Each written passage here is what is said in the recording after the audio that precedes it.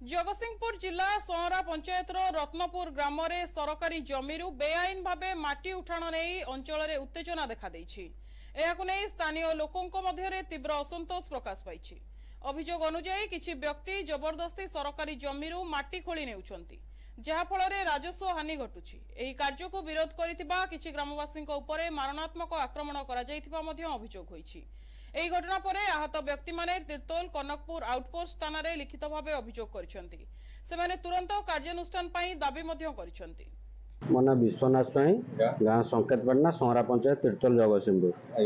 अभियोग कौन आम पड़िशा लोक हे हस्पिटाल नहीं आसती।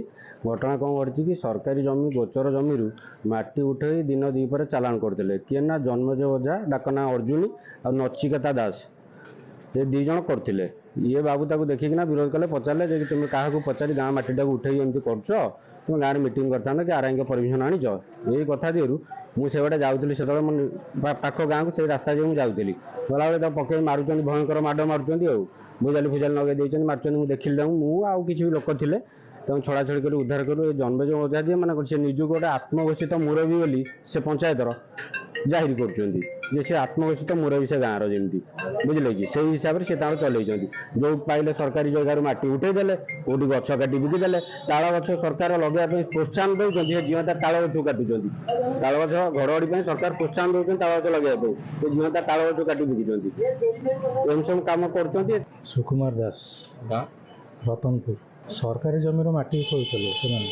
मु जाकि कहबारू से मारात्मक भुजाली देखी मत मो मुंड को मारी तले पकईक छाती फाती चढ़ी जाइए जन्मजय ओझा अर्जुन से आगुरी एमती केस मो उपर बेसी गसटा रखिक ये कांड कर जन्मजय ओझा से केवल मत आसिक छाती उपर चढ़िक कही जदि आउ पुनर्भविष्य जदि कौन करूँ ताले ते मारिदेवी बोली मत धमक दी। घटना को नहीं बुद्धिजीवी महल रे तीव्र निंदा करा जायछि। दोषी मानक विरोध में कठोर कार्यानुष्ठान नेबाको स्थानीय लोके दाबी करिसेंती।